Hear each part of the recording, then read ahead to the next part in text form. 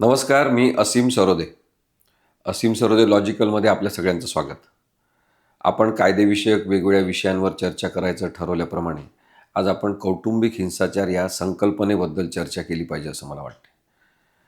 कौटुंबिक हिंसाचार हा सगळ्यांच्या घरामध्ये आहे.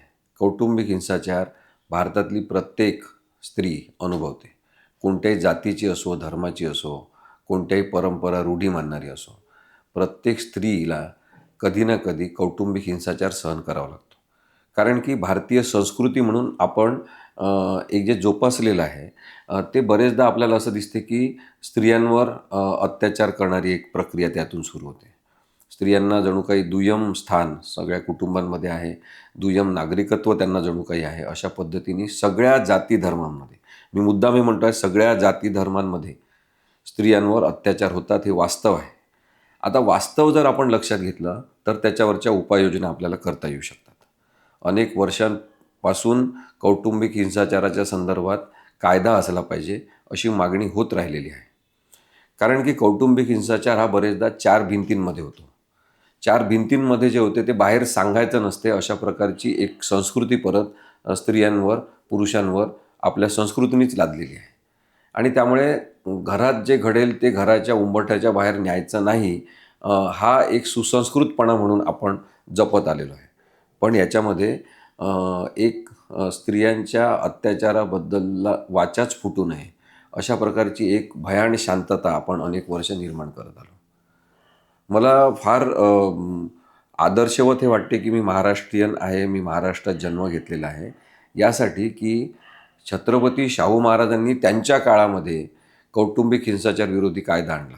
कदाचित असं एकमेव राज्य आहे देशातलं जिथे छत्रपती शाहू महाराजांनी कौटुंबिक हिंसाचार विरोधी कायदा आणून स्त्रियांनासुद्धा समान वागणूक मिळाली पाहिजे हे अधोरेखित करण्याचा त्यावेळेस प्रयत्न केला. परंतु आपल्याला मात्र भारतीय स्वातंत्र्य मिळाल्यानंतर इतके वर्ष लागले की कौटुंबिक हिंसाचार विरोधी कायदा असला पाहिजे.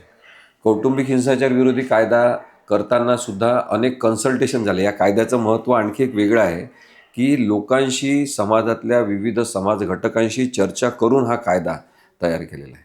हा कायदा तयार करताना एक महत्त्वाची भूमिका पुढे आली की आपल्याला नातेसंबंधांचं गुन्हेगारीकरण करायचं नाही.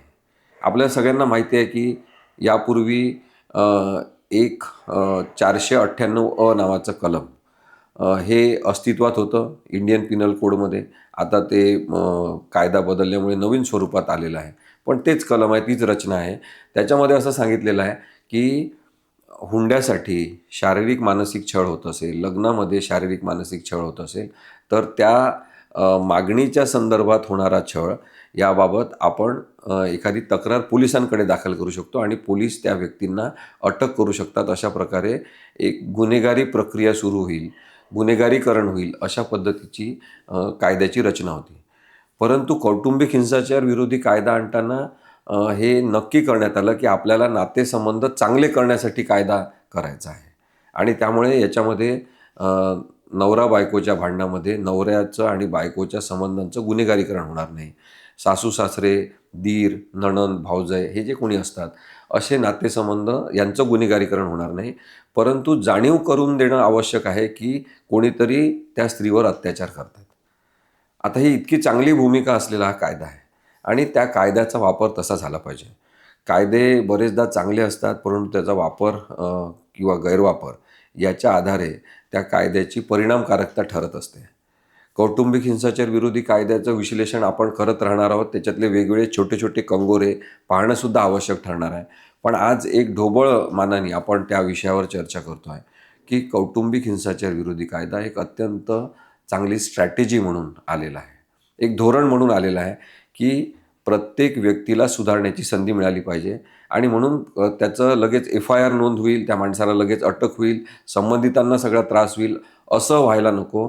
तर त्यापूर्वी आपण एक दिवाणी प्रक्रिया म्हणजे सिव्हिल स्वरूपाची समजदारीची प्रक्रिया सुरू करायची, ज्यातून कौटुंबिक हिंसाचार करणाऱ्या व्यक्तीला जाणीव झाली पाहिजे की आपलं काहीतरी चुकतं आहे, आपण माफी मागितली पाहिजे आणि माफी मागून हा विषय सोडवण्याची एक क्षमता त्या सगळ्या व्यक्तींमध्ये तयार झाली पाहिजे. हा या कायद्याचा अत्यंत महत्त्वाचा असा पुरोगामी उद्देश आहे. मग कौटुंबिक हिंसाचार म्हणजे काय याची व्याख्या या कायद्यामध्ये केलेली आहे. या कायद्यातल्या कलम 12नुसार आपण कौटुंबिक हिंसाचार विरोधी प्रकरणांबद्दल थेट न्यायालयात ती व्यक्ती केस दाखल करू शकते किंवा जे प्रोटेक्शन ऑफिसर्स म्हणजे संरक्षण अधिकारी या कायद्यानुसार नेमलेले आहेत त्यांच्याकडे जाऊन ती तक्रार करू शकते.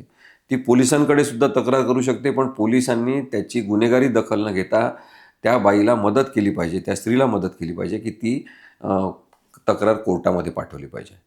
या कायद्यामध्ये खरं तर एवढा व्यापक उद्देश आणि दृष्टिकोन आहे की ती स्त्री कोणतीही केस दाखल न करता थेट न्यायालयात जाऊ शकते आणि न्यायालयाला सांगू शकते की माझी कौटुंबिक हिंसाचाराची केस आहे, तुम्ही दखल घ्या. न्यायालयांची खरं तर ही जबाबदारी आहे की त्या स्त्रीने तोंडी सांगितलेलं लेखी लिहून घ्यायचं आणि त्या संदर्भातली केस तयार करायची किंवा तिला मोफत कायदेविषयक सहाय्यता मिळेल अशा पद्धतीने वकिलांकडे पाठवायचं आणि तिची केस नोंदवून घ्यायची आणि तिला सगळी कायदेविषयक मदत करायची. असा व्यापक दृष्टिकोन या कायद्याचा आहे. या कायद्यामध्ये 4 महत्त्वाचे प्रकार कौटुंबिक हिंसाचाराचे सांगितलेले आहेत. एक आहे तो म्हणजे आपण म्हणू मानसिक हिंसा. मानसिक हिंसाचार हा बरेचदा दिसत नाही.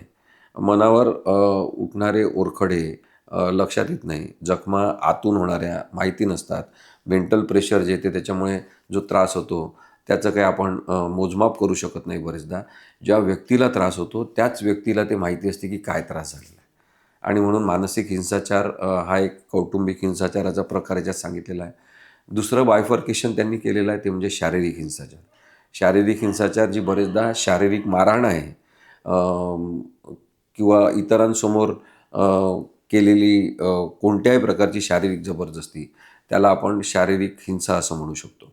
मानसिक हिंसाचारामध्ये इतरांसमोर केलेला अपमानसुद्धा मानसिक हिंसाचारामध्ये मोडतो. हा दुसरा प्रकार आहे शारीरिक हिंसेचा, ज्याच्यामध्ये थेट मारहाण असल्यामुळे ते आपल्याला बरेचदा दिसून येऊ शकते, आपल्याला बघता येऊ शकते की मारहाण झालेली आहे. तिसरा प्रकार आहे तो म्हणजे लैंगिक अत्याचार.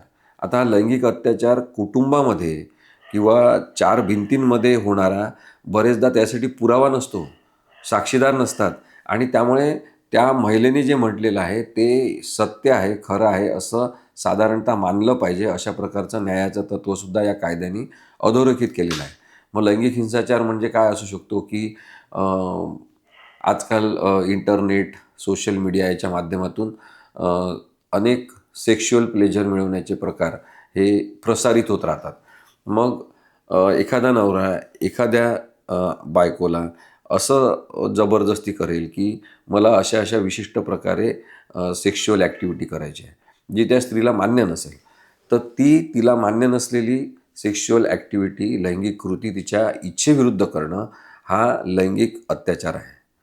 किंवा एखाद्या व्यक्तीला सेक्सपासून परावृत्त करणं किंवा सेक्स करण्यासाठी नेहमी मनाई करणं हा सुद्धा लैंगिक अत्याचाराचा एक भाग आहे. डेझर्शन आपण त्याला म्हणतो, सेक्शुअल डेझर्शन हा सुद्धा लैंगिक अत्याचाराचा भाग आहे. त्यानंतरचा प्रकार आहे तो म्हणजे आर्थिक हिंसाचार.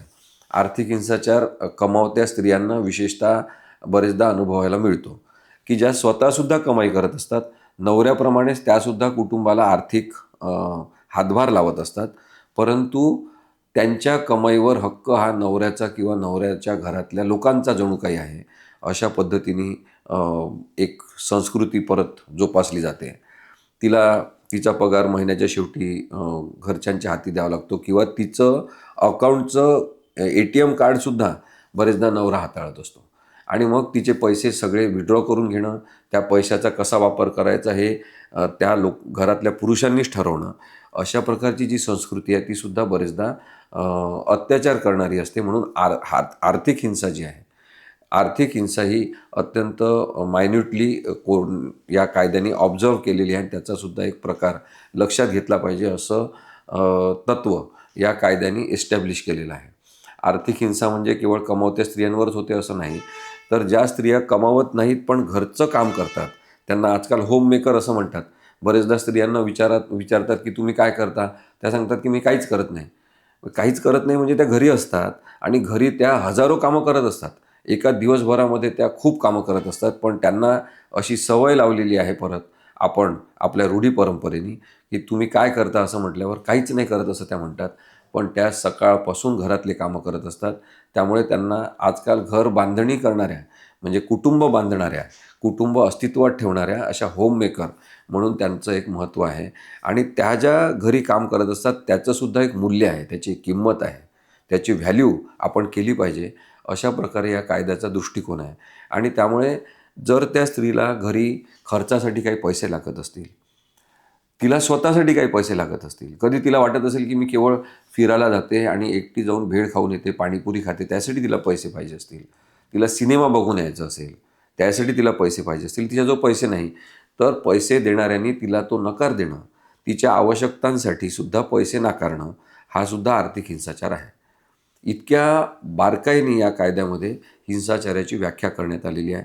कौटुंबिक हिंसाचार विरोधी कायदा असो किंवा कोणताही कायदा असो, कायद्याचा वापर हा अत्यंत विवेकपूर्ण पद्धतीने झाला पाहिजे, सजगतेने झाला पाहिजे. आवश्यकता असेल तेव्हाच कायद्याचा वापर झाला पाहिजे. अनावश्यकपणे कायद्याचा वापर करणं, कायद्याच्या प्रक्रियांचा बदला घेण्यासाठी, वचपा काढण्यासाठी वापर करणं हे चुकीचं आहे. आता कायद्याचा गैरवापर कोण करतात, कोण नाही करत, याबद्दलसुद्धा मी एकदा आपल्याशी नक्की बोलणार आहे. परंतु ज्यांच्यावर हिंसा झालेली आहे, ज्यांच्यावर अत्याचार झालेला आहे, ज्या व्यक्ती अत्याचारग्रस्त जीवन जगतात, अशा प्रकारची संस्कृतीच आपण निर्माण केलेली आहे, त्यांच्यावर होणाऱ्या अन्यायाबद्दल आपण नक्कीच विचार करायला पाहिजे. कौटुंबिक हिंसाचार विरोधी कायदा हा स्त्री आणि पुरुष या दोघांचे जीवन आनंदमय होण्यासाठी, मैत्रीपूर्ण होण्यासाठी आणि सहजपणे आपण जगू शकलो पाहिजे कोणत्याही अत्याचाराविना, अशा हिंसामुक्त कुटुंब निर्मितीसाठी अत्यंत महत्त्वाचा हा कायदा आहे. कौटुंबिक हिंसाचार विरोधी कायदा या कायद्याचं आणखी एक वैशिष्ट्य असं आहे की केवळ लग्न झालेल्या स्त्रियांना संरक्षण देणारा कायदा असं याचं मर्यादित स्वरूप नाही, तर या कायद्यामध्ये प्रत्येक स्त्रीला संरक्षण देण्याची योजना करण्यात आलेली आहे. हा कायदा म्हणजे एक धोरण आहे, ज्या धोरणानुसार आपल्याला हिंसामुक्त समाज निर्माण करता आला पाहिजे असा उद्देश आहे. त्यामुळेच मग केवळ विवाहित स्त्रियांना मदत करणारा कायदा असं याचं स्वरूप न ठेवता याच्यामध्ये विवाह न झालेल्या मुलींनासुद्धा पूर्ण संरक्षण देण्याची योजना करण्यात आलेली आहे. म्हणजे जसं की एखाद्या मुलीच्या इच्छेविरुद्ध जबरदस्तीने तिचं लग्न घरातले लावून देणार असतील, तर ती मुलगी कौटुंबिक हिंसाचाराची केस वडील आणि भावाविरुद्ध किंवा मामाविरुद्ध करू शकते. त्याचप्रमाणे जे विवाहासारख्या संबंधात राहतात, लग्न न करता विवाहासारख्या संबंधात लिव्ह इन रिलेशनशिप आपण ज्याला म्हणतो, तशा संबंधात राहणारे जे लोक आहेत, त्यांच्यापैकी सुद्धा स्त्रियांना मदत करणारा हा कायदा आहे. त्याचप्रमाणे लहान मुलं जे आहेत, जे स्त्री असो किंवा पुरुष असो, 18 वर्षाच्या आतील असेल, त्यांनासुद्धा या कायद्याचा वापर करता येतो. ही या कायद्याची जी व्यापकता आहे ती बघता आपल्याला हे लक्षात आलं पाहिजे की हा कायदा हिंसामुक्त समाज निर्मितीसाठी महत्त्वाचं साधन आहे. आणि ते साध्य त्याचं जे आहे ते आहे की चांगले परिवार निर्माण झाले पाहिजे, हिंसेसंदर्भातली जाणीव असणारे स्त्री पुरुष तयार झाले पाहिजे आणि हिंसेबद्दल आपण संपूर्ण नकार आहे असं सांगणारा समाज निर्माण करण्यासाठी या कायद्याचा वापर केला पाहिजे असं मला वाटते. After all it is logical.